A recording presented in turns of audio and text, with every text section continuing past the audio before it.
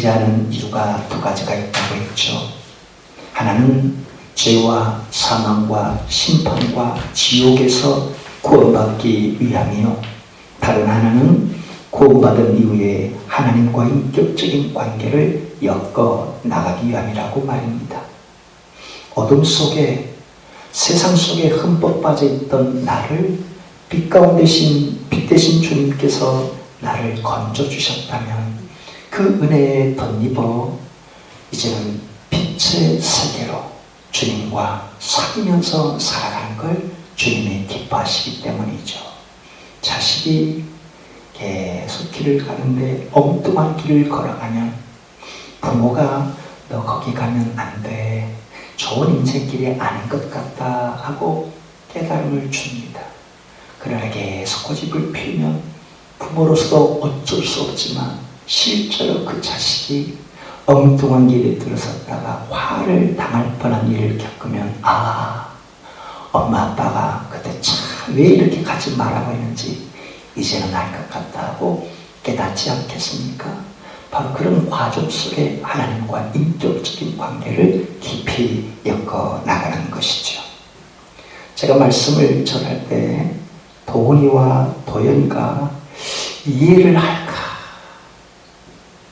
이해를 해야 되는데 초등학생도 어린아이도 이 말씀, 설교 말씀을 이해하는 수준으로 전해야 되는데 너무 어렵지 않나 하는 고민을 해볼 때가 있습니다.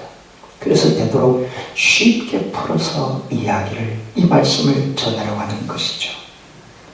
내 안에 주님이 들어와 계시는데, 내 안에 성령님께서 빛으로 계시는데 때로 하나님의 자녀들이 엉뚱한 길을 선택할 수가 있습니다. 자기 명철, 자기 지식, 세상의 자기 판단대로 결정하려고 하는 것 말입니다.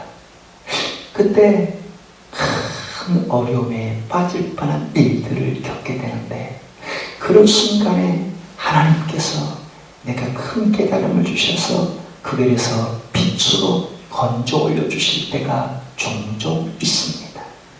다윗이 그런 경우죠.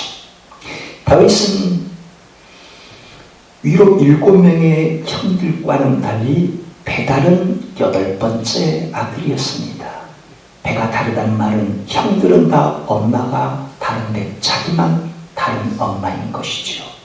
8번째 아들로 태어났기 때문에 형들은 집에서 잘 먹고 편안하게 사는데 다윗은 고독 속에 외로움에 떠밀려 양치기의 삶을 살아야 했죠. 그러나 그 양치기로 내몰린 그 삶 가운데 곰과 사자의 발톱에서 양들을 지키는 자립정신을 키워나간 다윗이었습니다. 왜 나는 이런 형편 속에 태어났을까? 왜 나는 이런 부모님 밑에 태어났을까? 왜 나는 이런 참 어려운 환경 속에 태어났을까? 그러면서 삶을 자포자기할 만큼 하는데 다윗은 그렇지 않고 더 강인하게 곰과 사자의 발톱에서 양들을 지켜내는 책임감, 그런 자립정신의 사람으로 살아갔던 것이죠. 그리고 그의 나이 15살이 되었을 때 하나님께서 사무엘 선지자를 보내서 왕으로 기름 붓게 해주셨죠. 그 무렵에 블레셋의 육적 장신 골리앗을 물맷돌 실력과 더불어 하나님의 역사심 속에서 쓰러뜨렸고 골리앗을 죽이고 이제 사울왕의 군대의 지휘관으로 승격하게 됩니다. 뿐만 아니라 사울의 사위로 부상하게 되죠. 그런데 웬걸 이스라엘 백성들은 다윗이 죽인 자가 만만이고 사울이 죽인 자가 천천에 불과하다 하는 게 계속 사울의 귀에 거슬리게 들려왔죠. 그 까닭에 저 다윗을 살려놓으면 안 되겠다 싶어서 이 사울이 자기 사위, 자기 부하 다윗을 죽이도록 군사들에게 명령했던 것이죠. 그때가 22살 무렵이었는데 이 사실을 알게 된 다윗이 어떻게 했겠습니까? 다윗은 그때부터 유대 지역을 점점 근거하며 도망자의 삶을 살아했습니다. 8년 넘게 도망자의 신세의 삶을 살았던 다윗이죠. 그 중에 4년간은 유대 광야, 유대의 동굴들로 숨어 들어가며 살았고, 심지어 자기 부모님을 모실 수가 없어서 증조 외할머니 모압 땅에 그 부모님들을 거기에 모셔뒀습니다. 그리고 다시 유대 광야로 돌아와서 한숨을 돌리는가 싶었는데, 아니나 다를까 사울은 여전히 다윗을 쥐몰이하듯이 계속 추격하는 것이었죠. 그때 다윗이 어떻게 했습니까? 다윗은 그때, 하나님, 제가 이 상황에 어떻게 합니까? 계속 사울이 쥐몰이하듯이 나를 추격하는데 내가 어떻게 합니까? 하고 하나님께 묻고 기도했어야 하는데, 그때 다윗은 자기 판단, 자기 생각에 치우쳐 유대 지역이 아닌 이방 땅 블레셋 지역의 하교왕 아기스 밑에 들어가는 선택을 해버립니다. 그런데 어떻게 됩니까? 이 유대 지역이 아니면 더 이상 사울이 쫓아올 일이 없겠지. 그렇게 해서 자기 판단, 자기 명철을 의지해 블레셋 이방 지역에 들어가게 되었는데, 그 블레셋의 아기스 왕은 블레셋 지역의 신 다곤을 믿고 섬기고 숭배하는 사람들입니다. 요즘식으로 말하면 귀신을 숭배하듯 무당과 결탁하는 일이었죠. 그렇게 다윗이 안전지대라고 싶어서 그 블레셋 지역에 들어갔는데 어떤 일을 겪게 됩니까? 그 무렵에 블레셋의 왕 아기스가 군대를 모집해 이스라엘 군대와 싸우려고 합니다. 다윗아, 너도 네 밑에 부하 장수들과 함께 나를 따르거라. 가서 저 이스라엘 군대, 사울왕이 이끄는 이스라엘 군대를 맞서 싸울 것이다. 너도 성공장에서는 좋겠구나. 그때 다윗은 이러지도 못하고 저러지도 못하는 상황이었죠. 왜냐하면 아기스 왕 밑에 들어가서 아기스의 말을 거역할 수 없는 입장이고, 그렇다고 저 이스라엘 군대에 맞서 싸우는 일은 자기 동족을 죽이는 일이기 때문에 말입니다. 블레셋 왕 밑에 들어가면 안전할 거라, 더 이상 추격당할 일이 없을 것이라고 생각했지만 오히려 더 공공한 상황에, 어려운 상황에 빠져드는 것이었죠. 그때 하나님께서 어떻게 해주시는가? 하나님께서는 그때도 당신의 빛 가운데 다윗을 건져 올려주십니다. 어떻게?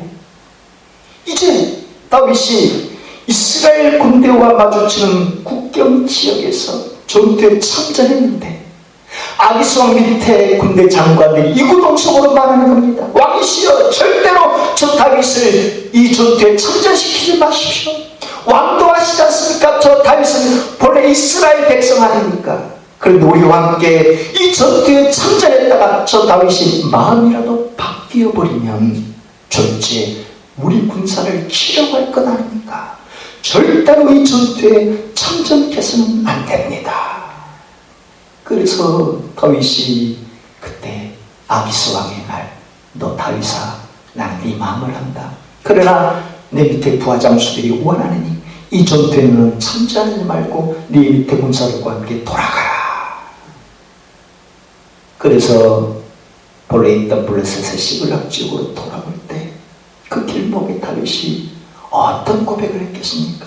하나님, 너무너무 감사해요. 내 명철, 내 지식, 내 판단을 쫓아 이 이방 지역까지 숨어 들어왔는데 그러면 안전할 것이라고 생각했는데 그게 아니었네요.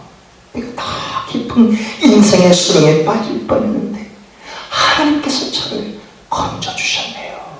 너무너무 감사하고 또 너무너무 부끄럽습니다. 이런 마음으로 돌아오지 않았겠습니까? 지난 수요일날 아침에 문자가 왔었죠. 카카오톡에서 문자가 와가지고 서민금융지원 저희로 대출해 줍니다 하는 문자였습니다. 이거 좋겠는데 해서 전화를 걸어서 얼마가 필요하십니까 해서 1,000만 원 정도를 딱 써서 보냈습니다. 그리고는 수요일 저녁 예배 설교를 다 준비하고 끝마치 무렵에 그곳에서 전화가 왔었죠. 전화를 쭉 하다가 고객님은 대출 한도가 충분합니다. 10천만 원을 빌리면 2.5% 이자율을 해서 갚아나갈 수 있습니다. 2.5%라는 이 말에 팍 꽂혀가지고 서울에서 개척할 때 1,000만 원을 이렇게 되는 2%로 빌린 적이 있고 목포에 와서 1,000만 원 5점 몇 %로 빌린 적이 있어서 계속 갚아나가다가 카카오에서 2.5%로 빌리면 지금 18만 원 넘게 들어가는 것보다 훨씬 줄여서 10만 원 아래로 다운시킬 수 있겠다. 이제 얼마 남지 않은 것들 이제 갚아버려도 한 달에 10만 원이라도 원금과 이자를 갚을 수 있겠구나 싶어서 이것이 팍 꽂혀가지고는 그곳에서 하라는 대로 카카오톡에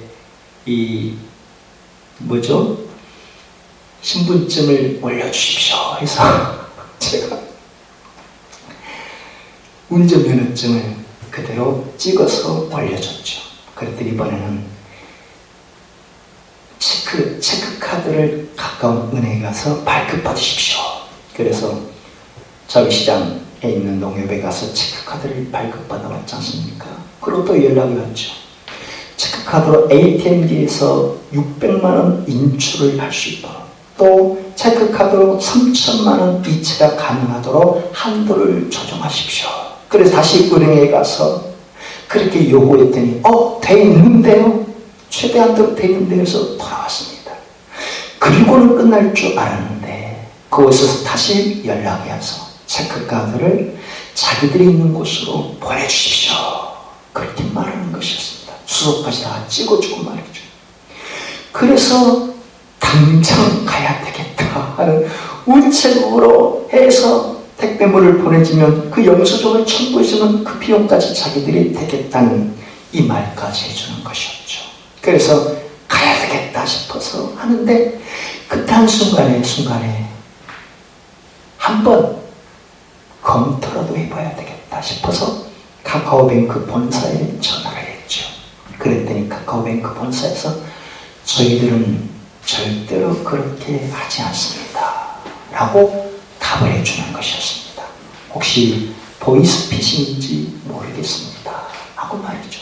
그래서 그 순간 그렇구나 하고 깨달았는데 이 모든 일이 실은 나의 어리석음에서 2.5%에 꽂힌 내 판단에 이끈 나의 어리석은 일이었는데 성령님께서 이 일에서 나를 막아주시고 건져주셨구나 하는 생각을 하게 되었습니다. 제가 이 이야기를 전해드리는 동안 여러분들 무슨 생각을 하셨습니까?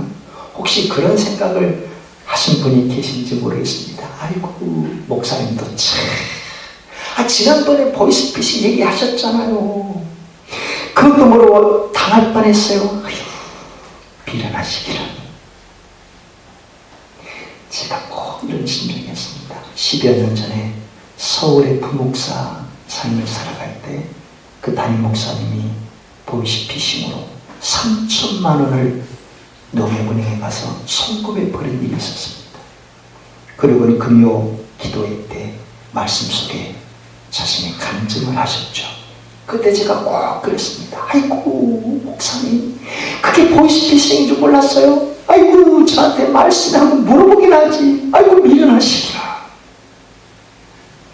근데 제가 이 일을 겪고 나서 아이고 벌렁벌렁하는데 그때 그 목사님은 몇 날 며칠을 잠을 못 주무셨겠구나 하는 생각이 들었습니다. 이 일을 쭉 겪고 성령님께서 나를 건져주셨구나 하는 생각의 말씀이 깨달아오는 것이었죠. 잠언 3장 5절에서 6절의 말씀입니다. 내 명철을 의지하지 말라. 너는 범사의 그를 인정하라. 그래야 내 길을 지도하시리라. 할렐루야. 하나님께서는 당신의 자녀들을 죄와 사망과 지옥 심판에서 건져주실 뿐만 아니라 때로 어리석은 판단에 이끌려 결정하는 그 순간에 하나님께서는 당신의 자녀를 빛 가운데 건져주시는 은혜를 베풀어 주신다는 겁니다. 다윗이 자기 판단에 이끌려 시글락 블레셋 땅에 들어가면 괜찮겠지, 우상을 숭배하고 귀신과 야합하는 그 지역에 들어가면 괜찮겠지 했지만 더 큰 화를 당할 뻔한 일이 있었는데, 하나님께서는 그때도 빛 가운데 다윗을 건져주셨으니 얼마나 감사하고 감사한 일이겠습니까? 저도 그런 경우였으니 말입니다. 오늘 본문을 통해 주님께서 우리에게 전하고자 하신 메시지가 바로 이것입니다. 우리가 4주에 걸쳐 로마서 12장을 살펴봤는데, 그 로마서는 바울이 에베소에 머물 때 써 보낸 편지가 아니라 에베소에서 3차 정도 여행을 마치고 잠시 고린도에 들렀을 때 그때 써보낸 편지였습니다. 그러니 로마서는 에베소 지역 끝마치고 고린도에 머물다는데, 그렇다면 바울이 에베소에 들어갔을 때 그 에베소는 어떤 도시이겠습니까? 에베소는 그 당시 로마와 알렉산드리아와 수리아 왕국과 더불어 로마 제국의 4대 도시였습니다. 지중해 연안의 항구 도시로 무역의 중심지였죠. 목포가 일제강점기 시절에 원산, 군산, 그리고 이어서 세 번째로 아주 잘 나가는 번화의 중심지가 목포였던 것처럼, 그 당시 에베소는 인구 25만이 살고 있는 아프리카와 또 여러 지역의 무역상들이 그곳에 드나드는 도시가 에베소였죠. 더 놀라운 것은 그 에베소에 24개의 유방이 달린 여신상 아르테미스 신상이 세워져 있는 곳이 에베소 도시였습니다. 그 여신상은 세계 7대 불가사의 중에 하나인 아테네의 파르테논 신전보다 무려 4배나 큰 신상입니다. 세계 곳곳의 무역상들이, 인도와 이집트와 여러 곳곳의 무역상들이, 그러니 아르테미스 신전 앞에 엎드려 절하면서 비나이다, 비나이다, 아데미 신전이여, 제가 장사하러 이곳에 들어왔으니 오늘 엄청나게 벌게 해주세요 하고 그 여신상 앞에 빌고 빌었던 무역상들이죠.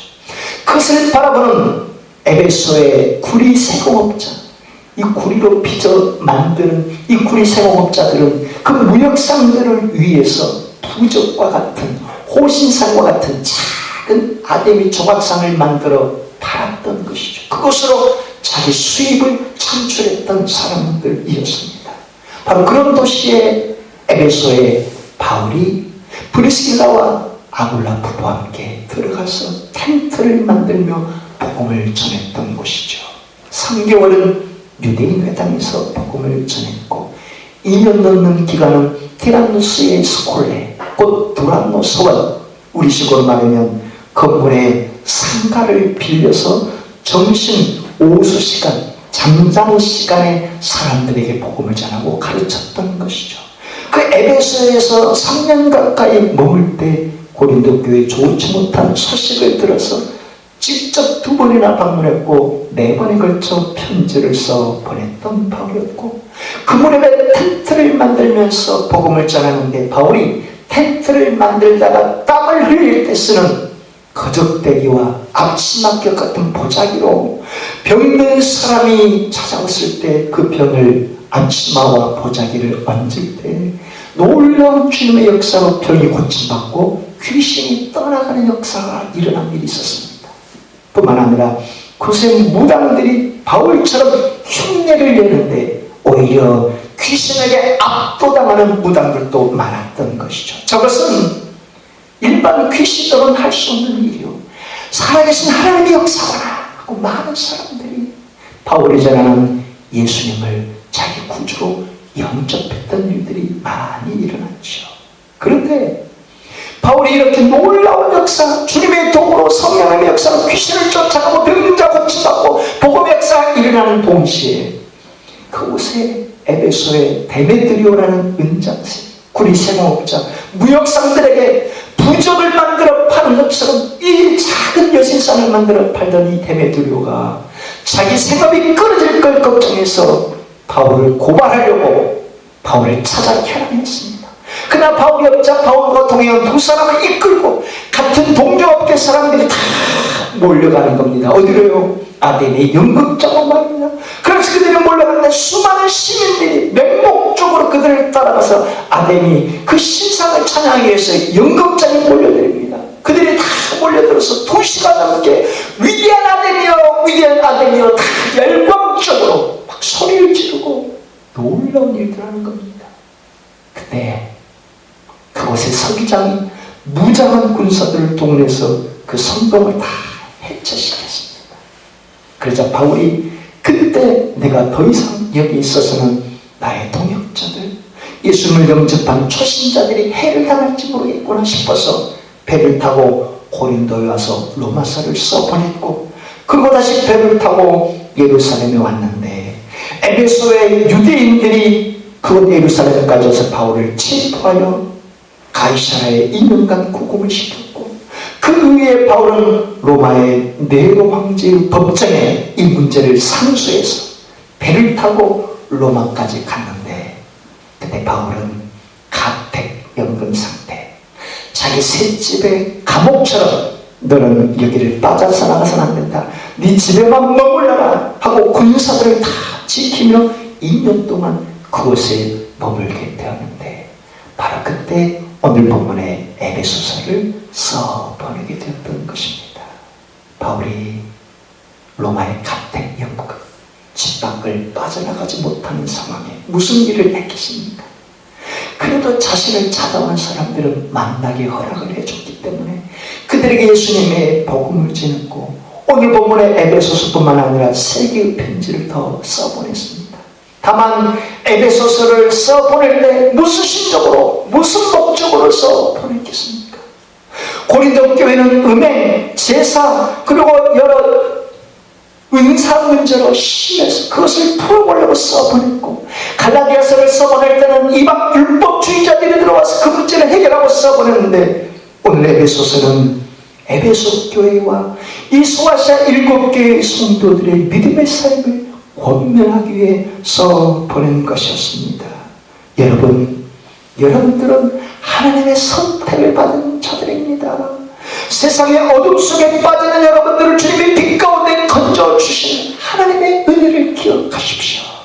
누구든지 그러니 구원을 자랑치 말고 하나님의 은혜 안에 성전이 되어 살아가시기를 바랍니다. 이것은 옛 구속을 쫓아서는 불가능한 일이요, 빛 대신 주님과 더불어 사귀며 살아가야만 가능한 일입니다 하는 뜻으로 이 편지를 써서 두기고편으로 보냈던 것인데, 에베소서 전반부 1장에서 3장까지는 하나님의 부르심에 대해서, 아무나 택하는 게 아니라 하나님의 섭리 가운데 있는 자녀들을 당신의 자녀로 선택하신 은혜를 베푸신다는 것을 써버리며, 그런 여러분을 위해 제가 부족하지만 기도하고 있습니다 하고 바울이 1장 3장까지 써버렸습니다.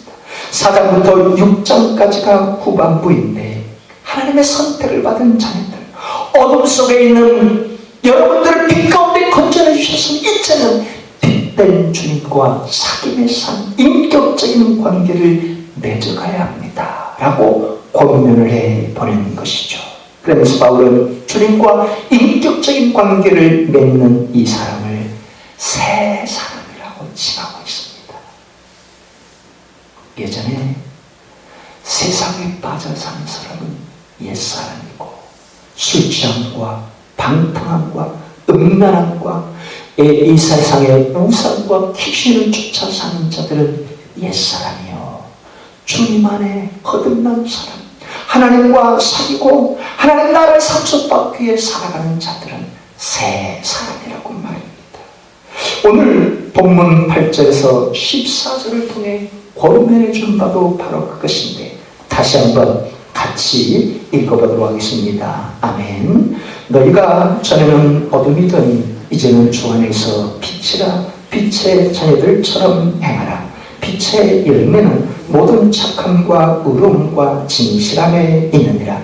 주를 기쁘시게 할 것이 무엇인가 시험하여 보라. 너희는 10명은 어둠의 일에 참여하지 말고 도리어 책망하라. 그들이 은밀히 행하는 것들은 말하기도 부끄러운 것들이라. 그러나 책망을 받는 모든 것은 빛으로 말미암아 드러나나니 드러내는 것마다 빛이니라. 그러므로 이르시기를 잠자는 자여 깨어서 죽은 자들 가운데서 일어나라. 그리스도께서 너에게 비추이시니라 하셨느니라. 무슨 말씀입니까? 에베소 교회의 성도들도 주님의 복음을 영접하기 전에는 어둠에 있던 자들이요 옛사람이었다는 것입니다. 하지만 이제는 주님의 섭리 속에 택함을 받아 어둠 속에서 빛 대신 주님을 만나 구원받은 빛의 자녀다라는 것이죠. 그러나 빛 대신 주님의 말씀을 따라 살다가도 세상의 자기 명철, 자기 판단, 자기 지식을 쫓아 세상 속에 빠져들 경우도 없잖아 있다는 겁니다. 그때마다 주님께서, 빛 대신 주님께서 건져 올려주시는 그 은혜를 잊지 말고 주님의 빛 대신 주님과 더 깊은 사귐의 삶을 살아고 권면하는 것이고, 그러니 영적으로 깨어나야 합니다 라고 권면하는 것입니다. 이 말씀은 실은 바울이 구약의 이사야 60장 1절 말씀을 인용해서 권면한 것입니다. 일어나라, 빛을 발하라. 이는 내 빛이 이르렀고 여호와의 영광이 내 위에 임하였습니다. 이스라엘 백성은 본래 애굽의 노예로 애굽의 어둠 속에 살던 자들 아니었습니까? 그러나 주님께서 어둠 속에서 건져내 빛의 자녀로 가나안 땅에 심어놓았습니다. 그러나 가나안 땅에서 하나님을 잊어버린 채 세상의 탐욕과 이방신과 우상과 귀신을 숭배하기 시작하면서 하나님을 등지고 살아갈 때 계속 선지자들에게 말합니다. 너희들은 빛 대신 주님 앞에 나와라. 빛 대신 주님과 사귀어 살아라. 주님이 기쁘시게 하는 삶을 살아라. 그래도 말을 듣지 않자 바벨로니아 군대를 동원해 그들을 쓸어버리셨고 그들을 포로로 끌려가게 하셨죠. 그때서야 하나님, 저희가 잘못 선택하여 이런 망하는 길, 포로로 끌려가는 어둠 속에 지게 차는 삶을 살게 되었네요. 하나님 용서해 주십시오. 이 기간이 무려 70년 기간이었습니다. 하나님께서 당신의 정한 징계와 회개의 기간으로 70년을 함께 하신 이후에 다시금 그 바벨론 지역에서 고국으로 돌아오게 해주신 것이었죠. 그래서 일어나라, 빛을 발하라. 다시금 너에게 빛 대신 하나님께서 긍휼의 빛을 비춰주시니 너희가 포로에서 해방되어 돌아올 것이요 어둠에서 빛 가운데 나오게 될 것이다. 나라 이런 땅에 광복을 맞이하게 될 것이다 라고 말씀해 주신 것인데, 바울이 이 말씀을 지금 인용해서 에베소 교회 성도들, 소아시아 7교회 성도들에게 권면하여 보내는 것이죠.